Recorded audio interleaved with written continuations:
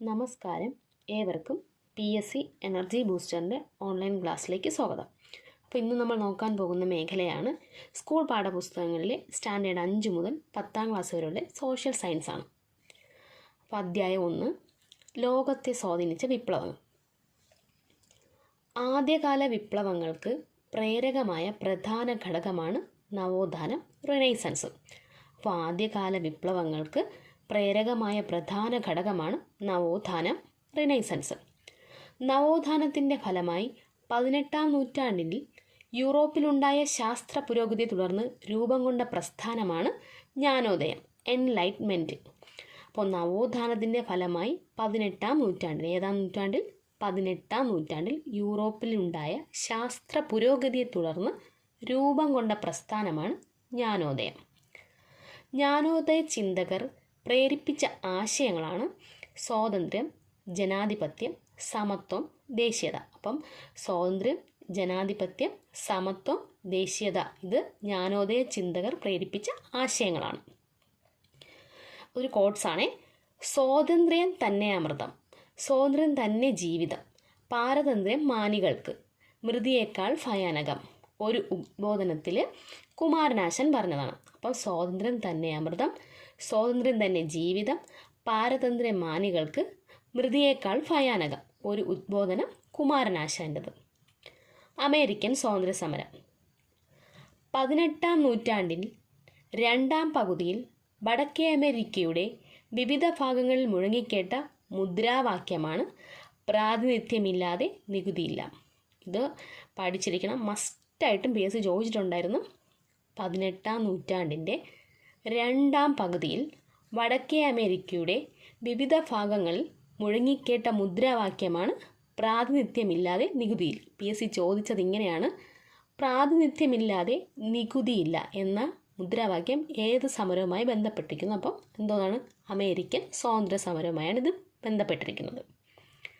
പ്രാതിനിധ്യമില്ലാതെ നികുതിയില്ല എന്ന മുദ്രാവാക്യത്തിൻ്റെ ഉപജ്ഞാതാവ് ജെയിംസ് ഓട്ടിസ്. അപ്പോൾ പ്രാതിനിധ്യമില്ലാതെ നികുതിയില്ല എന്ന മുദ്രാവാക്യത്തിൻ്റെ ഉപജ്ഞാതാവ് ജെയിംസ് ഓട്ടിസ്. ആരാണ്? James Otis. പ്രാതിനിധ്യമില്ലാതെ നികുതിയില്ല എന്ന മുദ്രാവാക്യത്തിൻ്റെ ഉപജ്ഞാതാവ് ജെയിംസ് ഓട്ടിസ്. ഭരണപരമായും സാമ്പത്തികമായും സൈനികമായും ഒരു രാജ്യം നിയന്ത്രണം സ്ഥാപിച്ച പ്രദേശം അറിയപ്പെടുന്നതാണ് കോളനി. അപ്പോൾ എന്താണ്? ഭരണപരമായും സാമ്പത്തികമായും സൈനികമായും ഒരു രാജ്യം നിയന്ത്രണം സ്ഥാപിച്ച പ്രദേശം അറിയപ്പെടുന്നതാണ് കോളനി. കോളനികളിൽ നിയന്ത്രണം സ്ഥാപിക്കുന്ന രാഷ്ട്രമാണ് കൊളോണിയൽ മേധാവി. അപ്പോൾ കോളനികളിൽ നിയന്ത്രണം സ്ഥാപിക്കുന്ന രാഷ്ട്രമാണ് കൊളോണിയൽ മേധാവി. വടക്കേ അമേരിക്കയിലെ ആകെ കോളനികളുടെ എണ്ണം 13. അപ്പോൾ വടക്കേ അമേരിക്കയിലെ കോളനികളുടെ എണ്ണം എത്രയാണ്? 13. ഇംഗ്ലണ്ടിലെ രാജാവിൻ്റെ മതപീഡനത്തെ തുടർന്ന് 17ാം നൂറ്റാണ്ടിൽ മെയ്ഫ്ലവർ എന്ന കപ്പൽ അമേരിക്കയിലെത്തിയ ഇംഗ്ലീഷുകാരനാണ് അവിടെ കോളനികൾ സ്ഥാപിച്ചത്. ഇംഗ്ലണ്ടിലെ രാജാവിൻ്റെ മതപീഡനത്തെ തുടർന്ന് 17ാം നൂറ്റാണ്ടിൽ മെയ്ഫ്ലവർ എന്ന കപ്പലിൽ അമേരിക്കയിലെത്തിയ ഇംഗ്ലീഷുകാരാണ് അവിടെ കോളനികൾ സ്ഥാപിച്ചത്. അമേരിക്കയിൽ കോളനികൾ സ്ഥാപിച്ചവർ അറിയപ്പെട്ടത് തീർത്ഥാടക പിതാക്കൾ അല്ലെങ്കിൽ പിൽഗ്രിംസ് ഫാദേഴ്സ്. അമേരിക്കയിൽ കോളനികൾ സ്ഥാപിച്ചവർ അറിയപ്പെട്ടത് തീർത്ഥാടക പിതാക്കൾ. ക്രിസ്റ്റഫർ കൊളംബസ് വടക്കേ അമേരിക്കയിലെത്തിയ വർഷം 1492. അപ്പോൾ ക്രിസ്റ്റഫർ കൊളംബസ് വടക്കേ അമേരിക്കയിൽ എത്തിയ വർഷമാണ് 1492. ഇന്ത്യയിലെ ജനങ്ങൾ എന്നു കരുതി വടക്കേ അമേരിക്കയിലെ ജനങ്ങളെ ഇന്ത്യക്കാർ എന്ന് വിളിച്ച വ്യക്തിയാണ് ക്രിസ്റ്റഫർ കൊളംബസ്. ഇറ്റലിക്കാരനാണ് അയാൾ. അപ്പം ഇന്ത്യയിലെ ജനങ്ങൾ എന്ന് കരുതി വടക്കേ അമേരിക്കയിലെ ജനങ്ങളെ എന്ത് വിളിച്ചു? ഇന്ത്യക്കാർ എന്ന് വിളിച്ച വ്യക്തിയാണ് ആര്? Christopher Columbus. മാതൃരാജ്യമായ ഇംഗ്ലണ്ടിൻ്റെ സഹായത്താൽ കച്ചവടക്കാർ അമേരിക്കയിലെ കോളനികളിൽ നടപ്പിലാക്കിയ വാണിജ്യ നയം അറിയപ്പെടുന്നതാണ് മെർക്കന്റലിസം. അപ്പോൾ മാതൃരാജ്യമായ ഇംഗ്ലണ്ടിൻ്റെ സഹായത്താൽ കച്ചവടക്കാർ അമേരിക്കയിലെ കോളനികളിൽ നടപ്പിലാക്കിയ വാണിജ്യ നയമാണ് മെർക്കന്റലിസം. മെർക്കന്റലിസം നിയമം അനുസരിച്ച് കോളനികളിൽ ഉൽപ്പാദിപ്പിച്ച് ഇംഗ്ലണ്ടിലേക്ക് മാത്രം കയറ്റി അയക്കാവുന്ന ഉൽപ്പന്നങ്ങളാണ് പഞ്ചസാര, കമ്പിളി, പരുത്തി, പുകയില. അപ്പം മെർക്കൻറ്റിലിസ്റ്റ് നിയമം അനുസരിച്ച് കോളനികളിൽ ഉൽപ്പാദിപ്പിച്ച് ഇംഗ്ലണ്ടിലേക്ക് മാത്രം കയറ്റി അയക്കാവുന്ന ഉൽപ്പന്നങ്ങളാണ് പഞ്ചസാര, കമ്പിളി, പരുത്തി, പുകയില. കോളനികളിലേക്ക് ഇറക്കുമതി ചെയ്യുമ്പോൾ ഇറക്കുമതി ചുങ്കം നൽകേണ്ട വസ്തുക്കൾ തേയില, ഗ്ലാസ്, കടലാസ്. കോളനികളിലേക്ക് ഇറക്കുമതി ചെയ്യുമ്പോൾ ഇറക്കുമതി ചുങ്കം നൽകേണ്ട വസ്തുക്കളാണ് തേയില, ഗ്ലാസ്, കടലാസ്. യുദ്ധം ആരംഭിക്കുന്നതിന് മുമ്പ് തന്നെ വിപ്ലവം നടപ്പിലാക്കി കഴിഞ്ഞിരുന്നു, അത് ജനങ്ങളുടെ ഹൃദയത്തിലായിരുന്നു എന്ന് പറഞ്ഞത് ജോൺ ആദംസ്. അപ്പോൾ യുദ്ധം ആരംഭിക്കുന്നതിന് മുമ്പ് തന്നെ വിപ്ലവം നടപ്പിലാക്കി കഴിഞ്ഞിരുന്നു, അത് ജനങ്ങളുടെ ഹൃദയത്തിലായിരുന്നു എന്ന് പറഞ്ഞത് ആരായിരുന്നു? John Adams. Boston tea party. Boston tea party English government തേയിലയുടെ മേൽ ഉയർന്ന നികുതി ചുമത്തുന്നതിനായി റെഡ് ഇന്ത്യക്കാരുടെ വേഷം ധരിച്ച ഒരു വിഭാഗം ജനങ്ങൾ അമേരിക്കയിലെ ബോസ്റ്റൺ തുറമുഖത്തിൽ നങ്കൂരമിട്ടിരുന്ന ഇംഗ്ലീഷ് കപ്പലിൽ കയറി അതിലുണ്ടായിരുന്ന 342 തേയിലപ്പെട്ടികൾ കടലിലേക്ക് വലിച്ചെറിഞ്ഞ പ്രതിഷേധ സമരമാണ് ബോസ്റ്റൺ ടീ പാർട്ടി. എന്താണ് Boston tea party? English government തേയിലയുടെ മേൽ ഉയർന്ന നികുതി ചുമത്തുന്നതിനായി റെഡ് ഇന്ത്യക്കാരുടെ വേഷം ധരിച്ച ഒരു വിഭാഗം ജനങ്ങൾ അമേരിക്കയിലെ ബോസ്റ്റൺ തുറമുഖത്ത് നങ്കൂരമിട്ടിരുന്ന ഇംഗ്ലീഷ് കപ്പൽ കയറി അതിലുണ്ടായിരുന്ന 342, അപ്പോൾ എത്രയാണ്? 342 തേയിലപ്പെട്ടികൾ കടലിലേക്ക് വലിച്ചെറിഞ്ഞ പ്രതിഷേധ സമരമാണ് ബോസ്റ്റൺ ടീ പാർട്ടി. ഈ ബോസ്റ്റൺ ടീ പാർട്ടി നടന്ന വർഷം 1773 ഡിസംബർ 16. അപ്പോൾ ബോസ്റ്റൺ ടീ പാർട്ടി നടന്ന വർഷം 1773 ഡിസംബർ 16. ഒന്നാം കോണ്ടിനെൻ്റൽ കോൺഗ്രസ് സമ്മേളനം നടന്ന വർഷം 1774 ഫിലാഡൽഫിയയിൽ വെച്ചാണ്. അപ്പോൾ ഒന്നാം കോണ്ടിനെൻ്റൽ കോൺഗ്രസ് സമ്മേളനം നടന്ന വർഷം 1774 ഫിലാഡൽഫിയയിൽ വെച്ചാണ്. ഒന്നാം കോണ്ടിനെൻ്റൽ കോൺഗ്രസ്സിൽ പങ്കെടുക്കാതിരുന്ന ഏക കോളനിയാണ് ജോർജിയ. അപ്പോൾ ഒന്നാം കോണ്ടിനെൻ്റൽ കോൺഗ്രസ്സിൽ പങ്കെടുക്കാതിരുന്ന ഏക കോളനിയാണ് ജോർജിയ. രണ്ടാം കോണ്ടിനെൻ്റൽ കോൺഗ്രസ് സമ്മേളനം നടന്ന വർഷം 1775 ഫിലാഡൽഫിയയിൽ. അപ്പോൾ ഒന്നാം കോണ്ടിനെൻ്റൽ കോൺഗ്രസ് സമ്മേളനം നടന്നത് 1774 ഫിലാഡൽഫിയ. രണ്ടാം കോണ്ടിനെൻ്റൽ കോൺഗ്രസ് സമ്മേളനം നടന്ന വർഷം 1775, അതും ഫിലാഡൽഫിയയിൽ വെച്ചാണ്. ജോർജ് വാഷിങ്ടണിനെ കോണ്ടിനെൻ്റൽ സൈന്യത്തിൻ്റെ തലവനായി തിരഞ്ഞെടുത്ത കോൺഗ്രസ് സമ്മേളനമാണ് 1775 രണ്ടാം കോണ്ടിനെൻ്റൽ കോൺഗ്രസ് സമ്മേളനം. അപ്പോൾ എന്താണ്? ജോർജ് വാഷിങ്ടണിനെ കോണ്ടിനെൻ്റൽ സൈന്യത്തിൻ്റെ തലവനായി തിരഞ്ഞെടുത്ത കോൺഗ്രസ് സമ്മേളനം ഏതെന്ന് ചോദിച്ചാൽ ഏത് പറയും? 1775 രണ്ടാം കോണ്ടിനെൻ്റൽ കോൺഗ്രസ് സമ്മേളനമാണ്. കോമൺ സെൻസ് എന്ന ലഘുലേഖ എഴുതിയ തോമസ് പെയിൻ പരീക്ഷയ്ക്ക് ചോദിച്ചിട്ടുണ്ട്. കോമൺ സെൻസ് എന്ന ലഘുലേഖ എഴുതിയത് ആരാണ്? Thomas pain. ഒന്നും കൂടെ പറയാം, കോമൺ സെൻസ് എന്ന ലഘുലേഖ എഴുതിയത് ആരാണ്? Thomas pain. അമേരിക്കൻ സ്വാതന്ത്ര്യ പ്രഖ്യാപനം നടന്ന തീയതി 1776 ജൂലൈ 4. അപ്പോൾ ഇന്നാണ് അമേരിക്കൻ സ്വാതന്ത്ര്യ പ്രഖ്യാപനം നടന്നത്? 1776 ജൂലൈ 4 തീയതിയാണ്. മനുഷ്യന് ചില മൗലിക അവകാശമുണ്ട്, അതിനെ ഹനിക്കാൻ ഒരു ഗവൺമെൻറ്റിനും അവകാശമില്ല.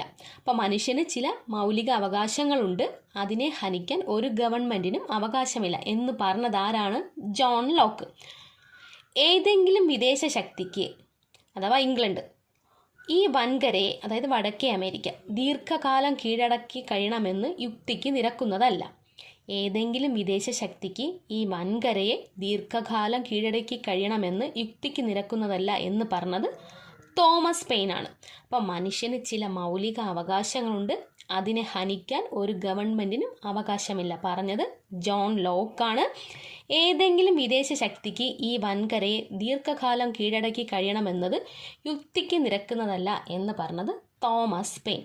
കോട്ട്സുകൾ പഠിച്ചിട്ട് പോകണം, മസ്റ്റായിട്ട് അത് ചോദിച്ചിരിക്കും.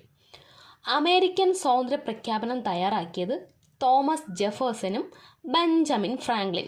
അപ്പം അമേരിക്കൻ സ്വാതന്ത്ര്യ പ്രഖ്യാപനം തയ്യാറാക്കിയത് ആരൊക്കെ തമ്മിലാണ്?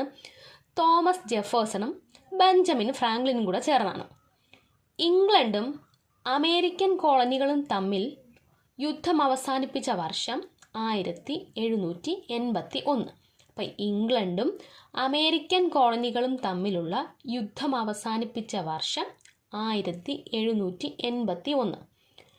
ഇംഗ്ലണ്ട് 13 കോളനികളുടെ സ്വാതന്ത്ര്യം അംഗീകരിച്ച ഉടമ്പടിയാണ് 1783 പാരീസ് ഉടമ്പടി. ഇംഗ്ലണ്ട് 13 കോളനികളുടെ സ്വാതന്ത്ര്യം അംഗീകരിച്ച ഉടമ്പടിയാണ് 1783 പാരീസ് ഉടമ്പടി. അമേരിക്കൻ ഭരണഘടനയുടെ പിതാവാണ് ജെയിംസ് മാഡിസൺ. അപ്പോൾ അമേരിക്കൻ ഭരണഘടനയുടെ പിതാവ് ആരാണ്? James Madison. അമേരിക്കൻ ഐക്യനാടുകളുടെ ആദ്യ പ്രസിഡന്റാണ് ജോർജ് വാഷിങ്ടൺ. അപ്പോൾ അമേരിക്കൻ ഐക്യനാടുകളുടെ ആദ്യ പ്രസിഡന്റ് ആരാണ്? George Washington. അമേരിക്കൻ ഭരണഘടനയുടെ പിതാവാര്? James Madison. അമേരിക്കൻ ഐക്യനാടുകളുടെ ആദ്യ പ്രസിഡന്റ് ജോർജ് വാഷിങ്ടൺ. ഇന്നത്തെ ക്ലാസ്സിൽ നമ്മൾ ഡിസ്കസ് ചെയ്തത് അമേരിക്കൻ സ്വാതന്ത്ര്യ സമരം. അപ്പോൾ പ്രാതിനിധ്യമില്ലാതെ നികുതിയില്ല എന്നത് ഏത് സമരവുമായി ബന്ധപ്പെട്ടിരുന്നു ഏതെന്ന് പറയും നമ്മൾ? അമേരിക്കൻ സ്വാതന്ത്ര്യ സമരം. ഈ പ്രാതിനിധ്യമില്ലാതെ നികുതിയില്ല എന്ന മുദ്രാവാക്യത്തിൻ്റെ ഉപജ്ഞാതാവരുടെ ജെയിംസ് ഓട്ടിസ്. ആരാണ്? James Otis. വടക്കേ അമേരിക്കയിൽ ആകെ കോളനികളുടെ എണ്ണം എത്രയായിരുന്നു? 13. ഇന്ത്യയിലെ ജനങ്ങളെന്ന് കരുതി വടക്കേ അമേരിക്കയിലെ ജനങ്ങളെ ഇന്ത്യക്കാർ എന്ന് വിളിച്ച വ്യക്തി ആരാണ്? Christopher Columbus. മാതൃരാജ്യമായ ഇംഗ്ലണ്ടിൻ്റെ സഹായത്താൽ കച്ചവടക്കാർ അമേരിക്കയിലെ കോളനികൾ നടപ്പിലാക്കിയ വാണിജ്യ നയം എന്ത് പേരിൽ അറിയപ്പെടുന്നു? മെർക്കന്റിലിസം എന്നറിയപ്പെടുന്നു. നമ്മൾ അടുത്തൊരു കോഡ്സ് പഠിച്ചിട്ടില്ലായിരുന്നു, ഒരു 3 കോഡ്സ്. യുദ്ധം ആരംഭിക്കുന്നതിന് മുമ്പ് തന്നെ വിപ്ലവം നടപ്പിലാക്കി കഴിഞ്ഞിരുന്നു, അത് ജനങ്ങളുടെ ഹൃദയത്തിലായിരുന്നു എന്ന് പറഞ്ഞത് ജോൺ ആദംസ്. ശ്രദ്ധിച്ചോളനെ, യുദ്ധം ആരംഭിക്കുന്നതിന് മുമ്പ് തന്നെ വിപ്ലവം നടപ്പിലാക്കി കഴിഞ്ഞിരുന്നു, അത് ജനങ്ങളുടെ ഹൃദയത്തിലായിരുന്നു എന്ന് പറഞ്ഞത് ആരാണ്? John Adams. മനുഷ്യന് ചില മൗലിക അവകാശമുണ്ട്, അതിനെ ഹനിക്കുവാൻ ഒരു ഗവൺമെൻറ്റിനും അവകാശമില്ല എന്ന് പറഞ്ഞത് ജോൺ ലോക്ക്. അപ്പോൾ ജോൺ ലോക്ക് എന്താണ് പറഞ്ഞേ? മനുഷ്യന് ചില മൗലിക അവകാശങ്ങളുണ്ട്, അതിനെ ഹനിക്കുവാൻ ഒരു ഗവൺമെൻറ്റിനും അവകാശമില്ല എന്ന് പറഞ്ഞത് ജോൺ ലോക്ക്. ഏതെങ്കിലും വിദേശ ശക്തിക്ക് അല്ലെങ്കിൽ ഇംഗ്ലണ്ട് ഈ വൻകരയെ വടക്കേ അമേരിക്ക ദീർഘകാലം കീഴടക്കി കഴിയണമെന്ന് യുക്തിക്ക് നിരക്കുന്നതല്ല എന്ന് പറഞ്ഞത് ആരുടെ? Thomas pain. അപ്പോൾ തോമസ് പെയിൻ എന്താ പറഞ്ഞത്? ഏതെങ്കിലും വിദേശ ശക്തിക്ക് ഈ വൻകരയെ ദീർഘകാലം കീഴടക്കി കഴിയണമെന്ന് യുക്തിക്ക് നിരക്കുന്നതല്ല എന്ന് പറഞ്ഞത് ആരായിരുന്നു? Thomas pain. പിന്നെ നമ്മൾ എന്താ പഠിച്ചത്? ബോസ്റ്റൺ ടീ പാർട്ടി പഠിച്ചു. ബോസ്റ്റൺ ടീ പാർട്ടി നിലവിൽ വന്ന വർഷം എന്നാണ്? 1773 ഡിസംബർ 16. ഒന്നാം കോണ്ടിനൽ കോൺഗ്രസ്സിൽ പങ്കെടുത്ത ഏക കോളനി ഏതായിരുന്നു? ജോർജിയ. പിന്നെ നമ്മൾ ഒന്നാം കോണ്ടിനൽ കോൺഗ്രസ് സമ്മേളനം നടന്നു 1774. രണ്ടാമത്തെ കോണ്ടിനൽ കോൺഗ്രസ് നടന്നത് എപ്പോഴാണ്? 1775. എവിടെ വെച്ചാണ് ഇതൊക്കെ നടന്നത്? ഫിലാഡൽഫിയയിൽ വെച്ചാണ്. ഓക്കെ അല്ലേ?